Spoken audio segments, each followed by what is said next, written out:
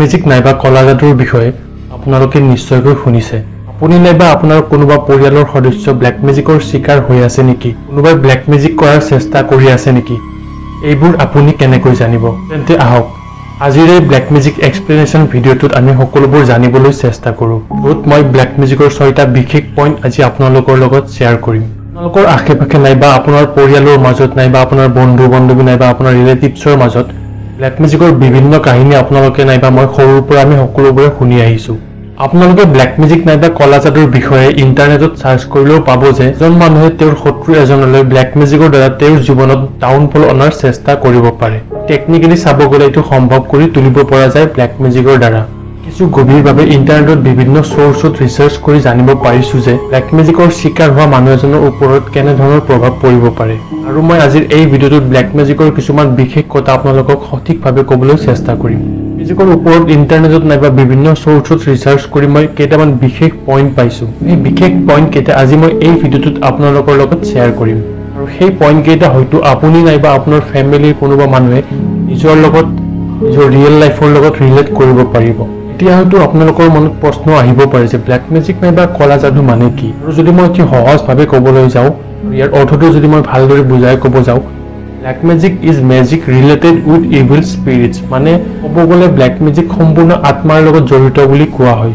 যদি আপুনি নাইবা মই কোনোবা এজন মানুহক তেওঁৰ জীৱনত ডাউনফল আনিব বিচাৰোঁ নাইবা তেওঁক ছাকচেছফুল হোৱাটো নিবিচাৰোঁ, তেতিয়া ব্লেক মেজিকৰ দ্বাৰা তেওঁৰ জীৱনত ডাউনফল অনাটো অতি সম্ভৱ কৰি তুলিব পৰা যায়।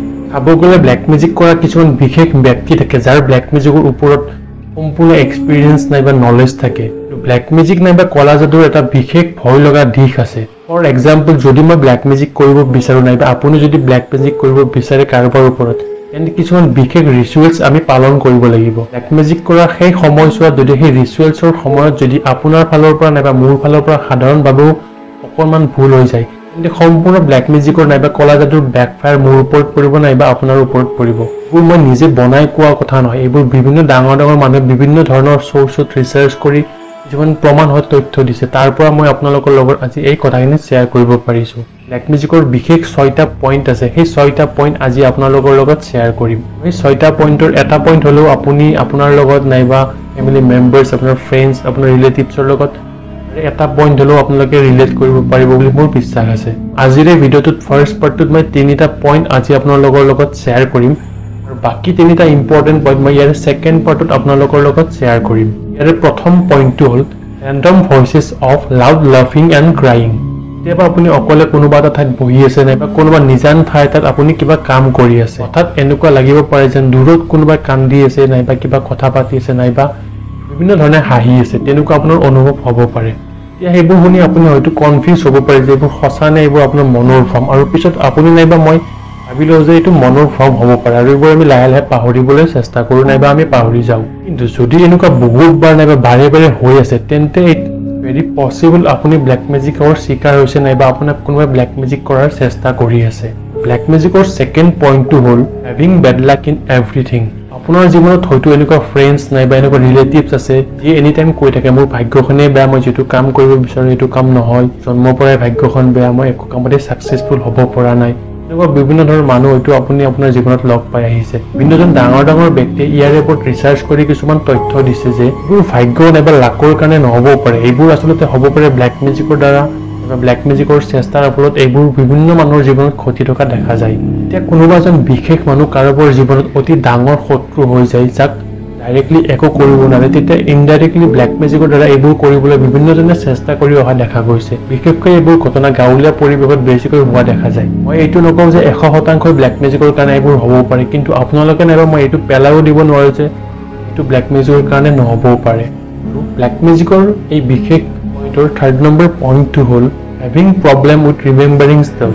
এই ক্ষেত্ৰত মানুহ এজনৰ জীৱনত সকলো ইম্পৰ্টেণ্ট ডেটছ, সকলো ইম্পৰ্টেণ্ট কাম নাইবা সকলো বস্তু লাহে লাহে নাইবা এনিথিং তেওঁ পাহৰিবলৈ ধৰে লাহে লাহে। এনেকুৱা হোৱা দেখা যায় অতি কম বয়সত। আমি সাধাৰণতে কওঁ যে মানুহ বয়সীয়াল হ'লে নাইবা বুঢ়া হ'লে স্মৃতিশক্তি হ্ৰাস পায়, কথাবোৰ লাহে লাহে পাহৰিবলৈ ধৰে, কিন্তু কিছুমান মানুহৰ অতি কম বয়সতে মানে ডেকা কালতে এনেকুৱা হোৱা দেখা যায়। ইণ্টাৰনেটত বিভিন্ন ধৰণৰ অফিচিয়েল ৱেবছাইটত উল্লেখ আছে যে এই মেজৰ প্ৰব্লেমটো বিভিন্ন গাঁও নাইবা বিভিন্ন এৰিয়াত হোৱা দেখা গৈছে লাহে লাহে। য'ত মানুহ এজনে ভাবে নাইবা তেওঁলোকৰ ফেমিলিৰ মানুহে ভাবে যে লাহে লাহে কথাবোৰ পাহৰিছে, হয়তো ব্ৰেইনৰ হ'ব পাৰে নাইবা বেমাৰ হ'ব পাৰে। সেইবাবে বিভিন্ন ধৰণৰ ডাক্তৰ নাইবা মনোবিজ্ঞানীৰ ওচৰত যায়, বিভিন্ন ধৰণৰ টেষ্ট কৰে আৰু টেষ্টত ৰিপৰ্টবোৰ অহাৰ পিছত গম পায় যে ডাক্তৰে কয় যে তেনেকুৱা কোনো ধৰণৰ বেমাৰ হোৱা নাই। তেন্তে এইটো ক'ব পাৰি যে যদি ৰিপৰ্টত কোনো ধৰণৰ বেমাৰ নাই তেন্তে এইবোৰ কি কাৰণে হৈ আছে।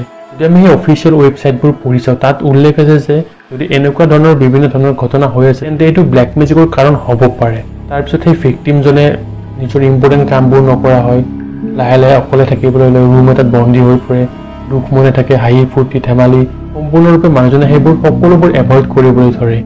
ইটছ ভেৰি পচিবল এইটো ব্লেক মেজিকৰ কাৰণে হ'ব পাৰে নাইবা ব্লেক মেজিকৰ চিকাৰ হ'ব পাৰে নাইবা মানুহজনক কোনোবা ব্লেক মেজিক কৰাৰ চেষ্টা কৰি থাকিব পাৰে। কিন্তু বৰ্তমান সময়তো ব্লেক মেজিক নাইবা কলা যাদুৰ এই পাৱাৰফুল ৰহস্যবোৰ আজিলৈকে কোনো ভালদৰে ষ্টাডি কৰিব পৰা নাইবা তাৰ ভিতৰত কিমান কি ৰহস্য লুকাই আছে আজিলৈকে কোনো ভালদৰে জানিব পৰা নাই। গতিকে ব্লেক মেজিকৰ এক্সপ্লেনেশ্যন ভিডিঅ'টোৰ এই ফাৰ্ষ্ট পাৰ্টটোত মই আজি ইমানতে সামৰণি মাৰিছোঁ আৰু বাকী সেই বিশেষ ইম্পৰ্টেণ্ট পইণ্ট তিনিটা ইয়াৰ নেক্সট পাৰ্টটোত মই আপোনালোকৰ মাজলৈ লৈ আহিম। আশা কৰোঁ আজিৰ এই পাৰ্টটোত মই যি তিনিটা পইণ্টৰ বিষয়ে আপোনালোকক ক'লোঁ হয়তো যিকোনো এটা পইণ্ট আপুনি আপোনাৰ নিজৰ লগত নাইবা আপোনাৰ ফেমিলি ফ্ৰেণ্ডছ ৰিলেটিভছৰ লগত ৰিলেট কৰিব পাৰিব।